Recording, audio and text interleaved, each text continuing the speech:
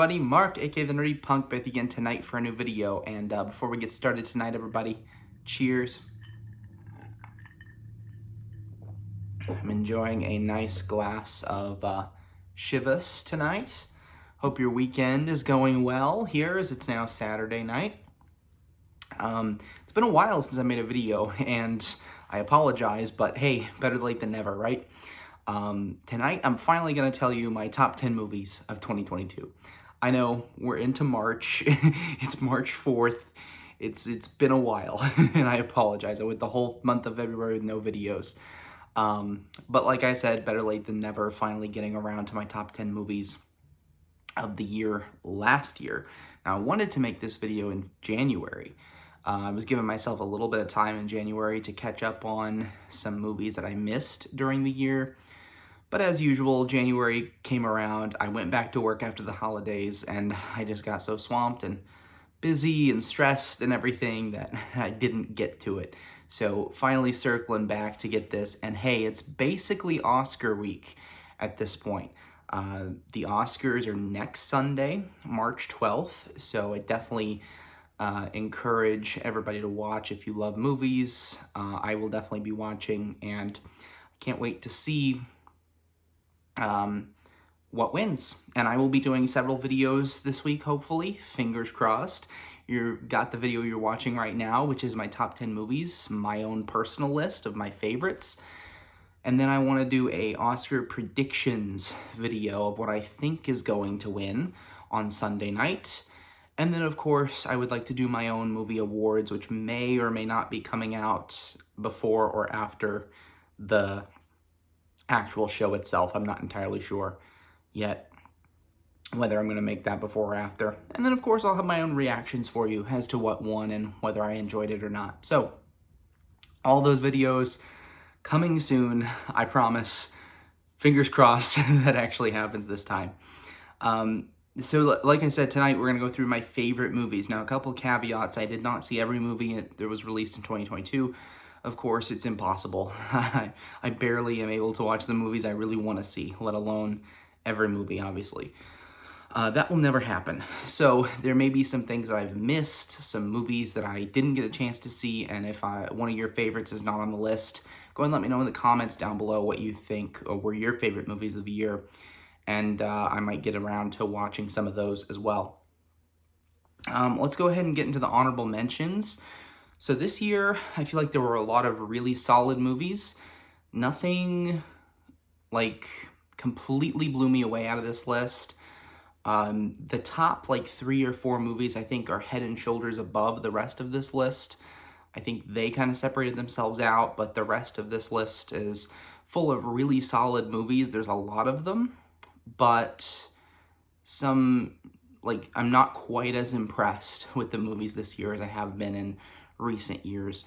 Again, not a knock on these movies, but they're just not as amazing, I think, as previous years. So, that being said, I have 11 honorable mentions. So we're going to kick through this pretty quickly. I'm not going to talk much about the honorable mentions, and then we're going to move on to the actual top 10 list. So first up, I'm going to go in order of least likely to make my top 10 to most likely to make my top 10. So basically, we're going from 21 up to 11 here. First honorable mention is Bullet Train, starring Brad Pitt, directed by David Leitch. This was a really refreshing action flick, lots of good action sequences. Didn't always hit home, but I think it was a little bit over ambitious, but it was a pretty solid film. Next up is Elvis, starring Austin Butler, directed by Baz Luhrmann. And this movie, a lot of the people in kind of the film bro world are kind of hating on it right now. It's not as good as the rest of the Best Picture nominees, or at least several of them anyway. But it is, to me, pretty solid. And if you like Baz Luhrmann's stuff, which I do, you're going to really enjoy this. And it has a fantastic performance from Austin Butler. Next up is Top Gun Maverick, directed by Joseph Kosinski. Of course, starring Tom Cruise. And a lot of people are going to be upset that I didn't have this one on the top 10 list. It just wasn't my type of movie. I liked it. I enjoyed it. I saw it in the theaters, and I'm glad that I saw it in the theaters. But out of everything else this year, it did not stand above the others. Action-wise, yes. Action-wise, stunt-wise, This is fantastic, and it's beautiful, and it's amazing. Story-wise is kind of lackluster, in my opinion. It's okay. It's not bad for what it is, but it's just not, you know, above and beyond. Next up is Glass Onion, a Knives Out mystery, directed by Rian Johnson, and I didn't enjoy this one as much as Knives Out, but I'm really happy that Rian Johnson is continuing in this series with Daniel Craig. I really have enjoyed the first two.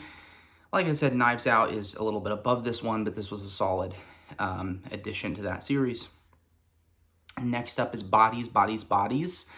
Very refreshing, satirical horror comedy that came out this year. I really liked this movie. I thought it was written really well. It was very funny. It really kind of, you know, went after Gen Z culture in a way. Like, it's not like one of those boomer movies where it's just like, you know, just attacking young people. It found a way to poke fun at Gen Z culture in a really interesting way. And technically, I guess I'm kind of part of Gen Z. I'm one of like the oldest members of Gen Z. So, you know, I didn't feel personally attacked by this film, definitely. I thought it was funny. I thought it was really good. Really refreshing stuff. Next up is The Whale.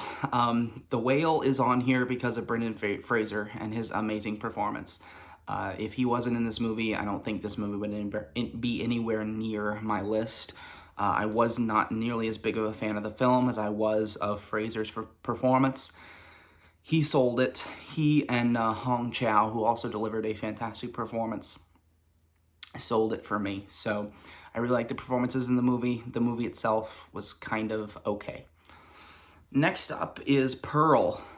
Pearl, directed by Ty West, stars Mia Goth, and this movie is a tour de force for Mia Goth and her performance as this character. I think it's a showcase for her, really, and it's pretty effective. It's not quite as effective horror-wise, I think, as the previous film, which will be appearing on my list later on, and we'll talk more about that later, but I thought, as far as Mia Goth's performance, Pearl is amazing.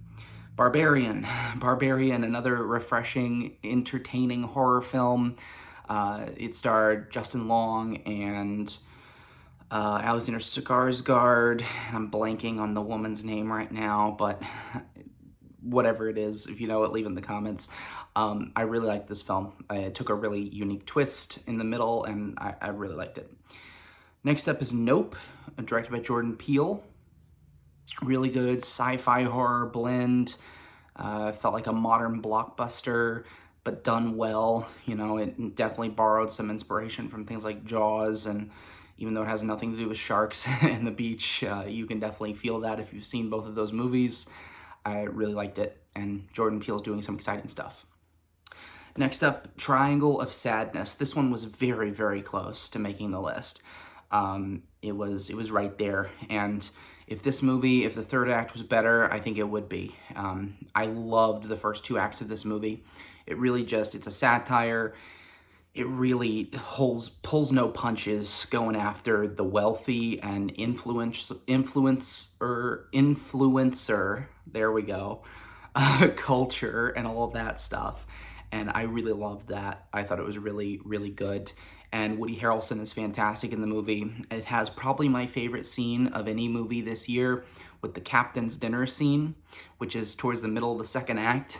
If you haven't seen that scene in particular, that scene is worth watching the entire movie for. It is fantastic. It's bonkers, it's out there, it's wild. I love it. So it's the third act where it loses me. It just drags on in that third act, in my opinion. But the first two acts are spectacular. Palme d'Or winner, Best Picture nominee. If you haven't seen Triangle of Sadness, definitely go watch it. Next up is Bardo. This is the last honorable mention. Bardo, or a false chronicle of a handful of truths. I think that's the correct title. The newest film from Alejandro González Iñárritu.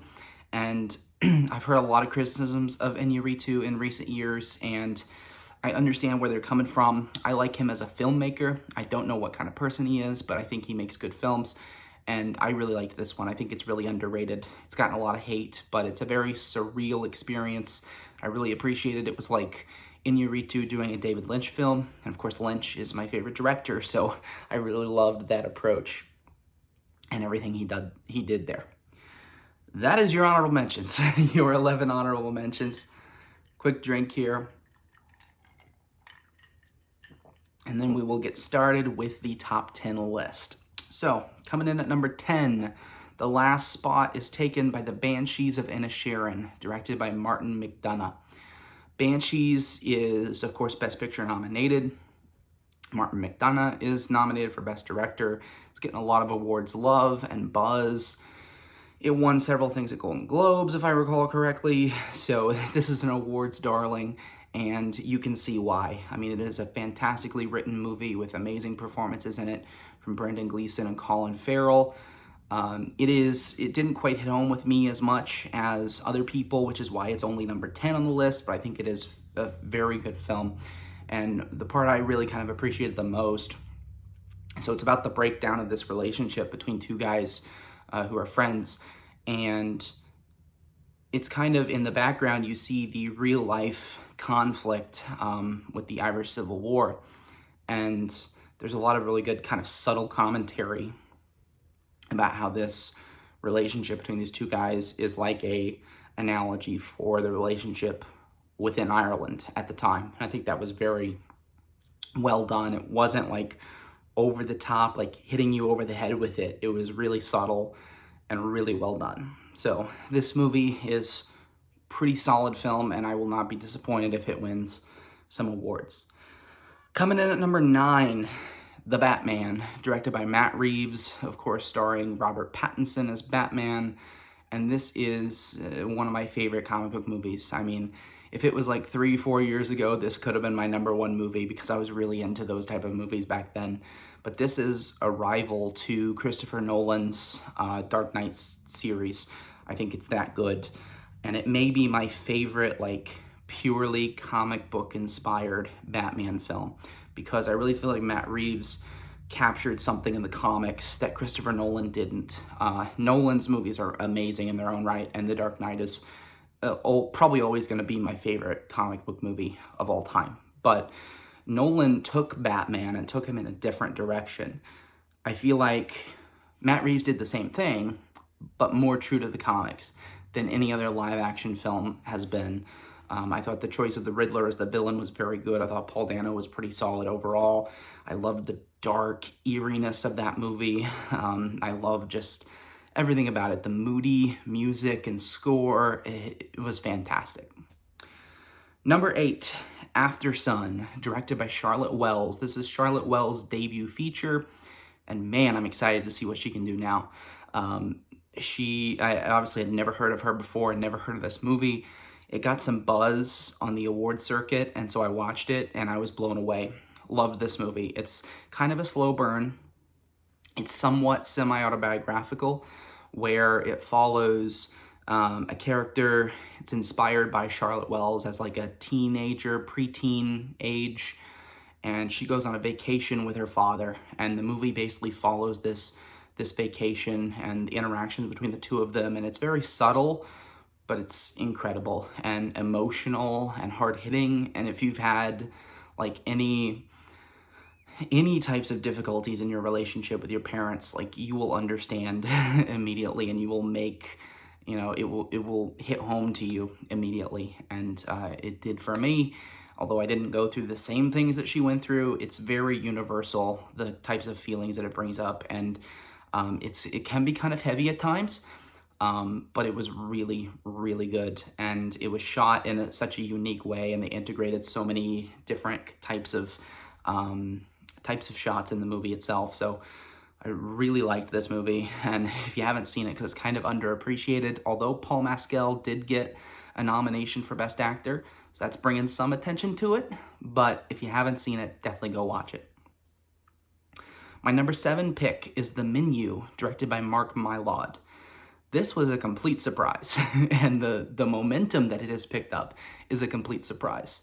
I went into this movie, it felt like a Blumhouse knockoff from the trailers, in my opinion. It felt very Blumhouse-esque, with like a horror movie, kind of a unique concept to it. I went into this movie and I was blown away. It is a horror comedy, but it's really a satire again. Lots of really good satires this year. a satire of not just the wealthy, but, foodie culture, but really any type of art form and the culture surrounding it and how we react to art and criticize it and kind of worship it and all of this, and how we get kind of, and I'm guilty of this just as much as the next guy, how we get kind of high-minded about this stuff, and sometimes it's just, all you need is a cheeseburger, which will make sense if you've seen the film. I love this, thought it was great, so it comes in at number 7.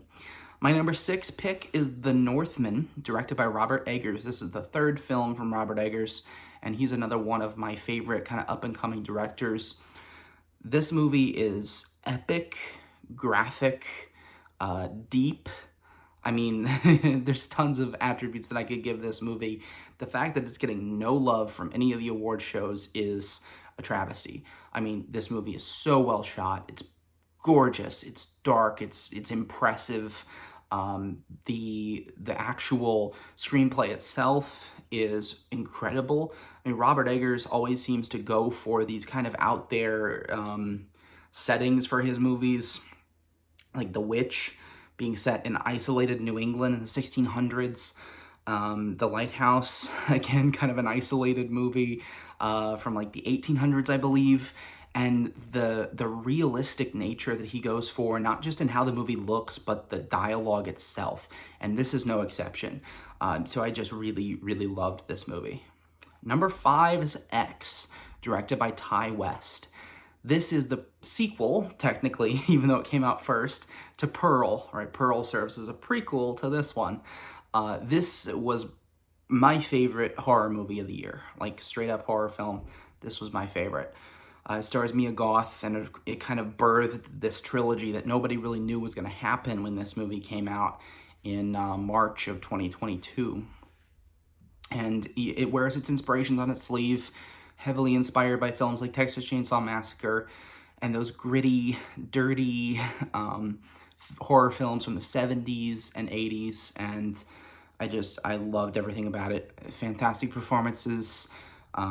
Plot was really good and really solid, and it did have some depth to it as well. So X, fantastic movie. I've already seen it 3 times since it came out. Definitely, if you haven't had a chance to see it, go do that now.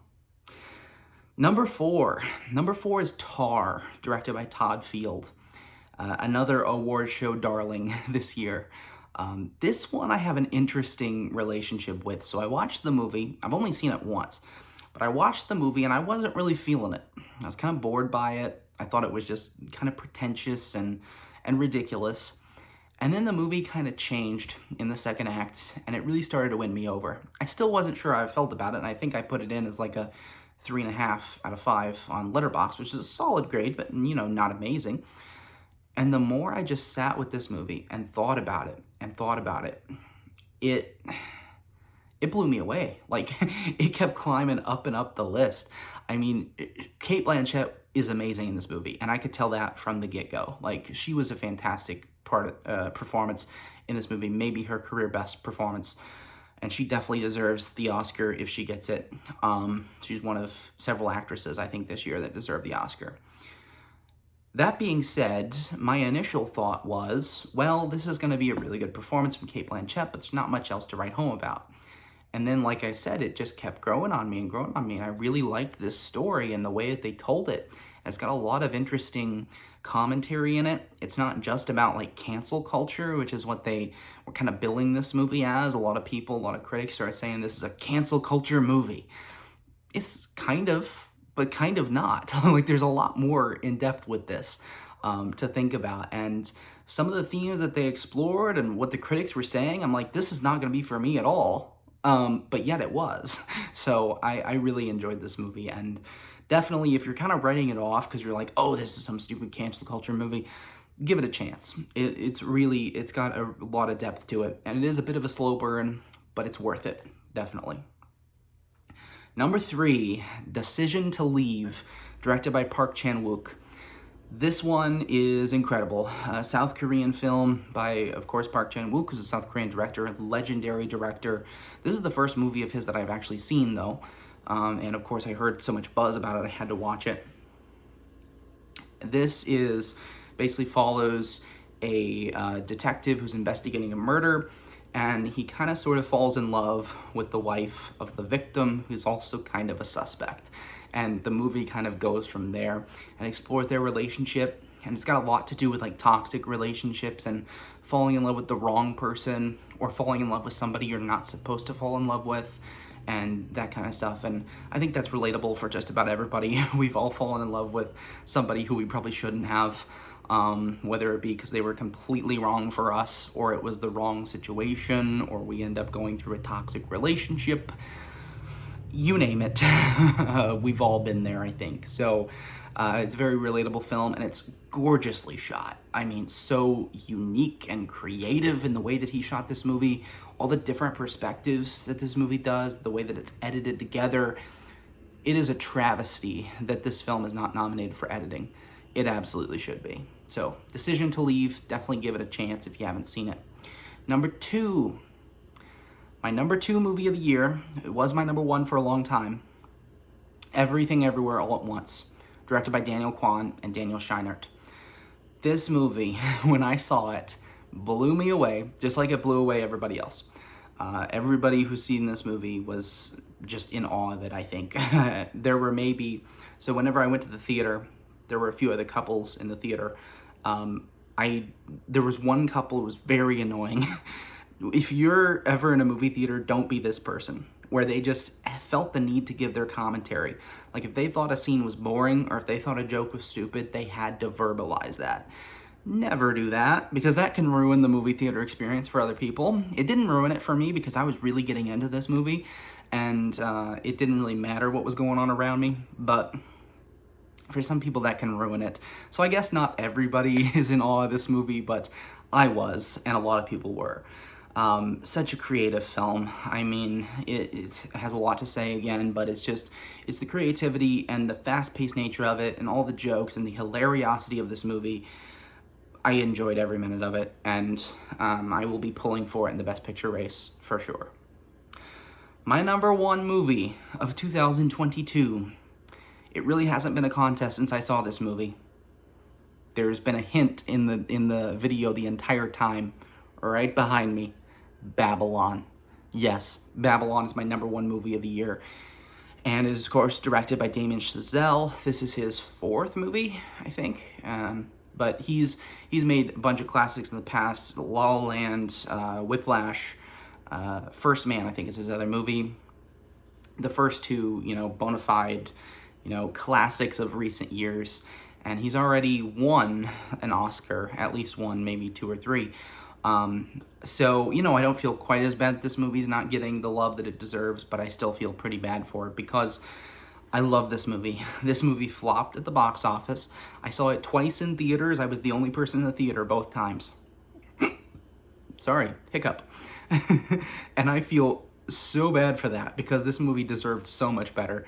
It was marketed terribly, first of all. It released at a very bad time. Even I wasn't able to go see it the first weekend that it came out. I think that was when I got COVID, actually. So, yeah, that was why I couldn't see it. It was just a matter of poor marketing by the studio, I think. That and, the type of movie that it is, it's not going to appeal to as many people, but it is a sprawling, 3-hour epic about 1920s Hollywood. And a lot of people kind of wrote this off without even seeing it, thinking, oh, this is just another one of those movies that Hollywood's making about how great it is, and I don't care about that and all that. It's not. It's not a movie about how great Hollywood is. I mean, there's some aspects of how great cinema is, which is why I love the movie so much, because I love this art form so much. But it really doesn't pull any punches when it comes to Hollywood. I mean, Damien Chazelle even said this movie is not a love letter to Hollywood. It's more like a suicide note. Like, it does not hold back at all. It goes after the way that the Hollywood machine works and how it destroys people. And it's so well put together. The score is amazing. That's one of the things that's actually getting nominated for Oscars is the score. It is incredible. Just a blend of jazz, and there's so much energy in this score. It takes on a lifeblood of its own. The scenes, just the sprawling epicness of them, And the fact that this is an epic movie that's not Star Wars or Marvel, like there's an epicness to this movie, but it's not because there's a bunch of CGI action scenes going on, which I find really refreshing because it seems like almost every movie with a massive budget is all about action scenes. And that's fine. Like, I don't mind that. I like that occasionally.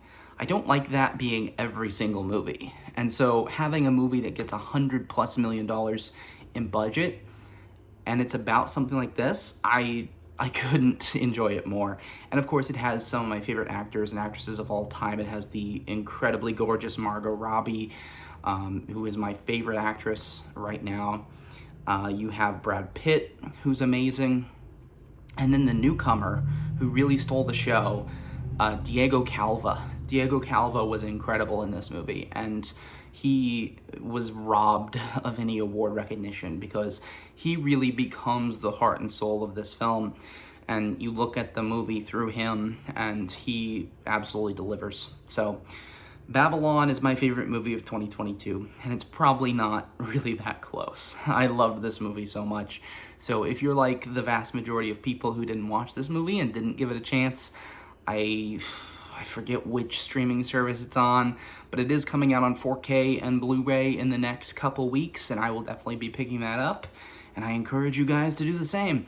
It is available for purchase on like digital platforms, I do know that. So definitely give it a shot if you haven't seen it already. That's the list. So, bit of a long video, I apologize, but there's a lot of movies to talk about from 2022. It was overall a really solid year in movies, in my opinion. Not quite as good as 2021, in my opinion. I think 2021 was a little bit stronger, but I'm really looking forward to what 2023 has in store. I've only seen one movie that came out in 2023 so far. The vast majority of stuff has not really appealed to me. It's like new Ant-Man movie, like the 27,000th Marvel movie ever. There's the Cocaine Bear movie, which, I don't know, maybe kind of good for what it is. Got no idea. You've got, some like church-based movie that I have no interest in. So I haven't been in the theater in a while, needless to say. But I am looking forward to what 2023 continues to offer, and we'll see a year later where we're at. Definitely look forward to the Oscar content coming in the next week or so. And I hope you guys enjoy the Oscars, and I hope you have an amazing rest of your weekend. See you later.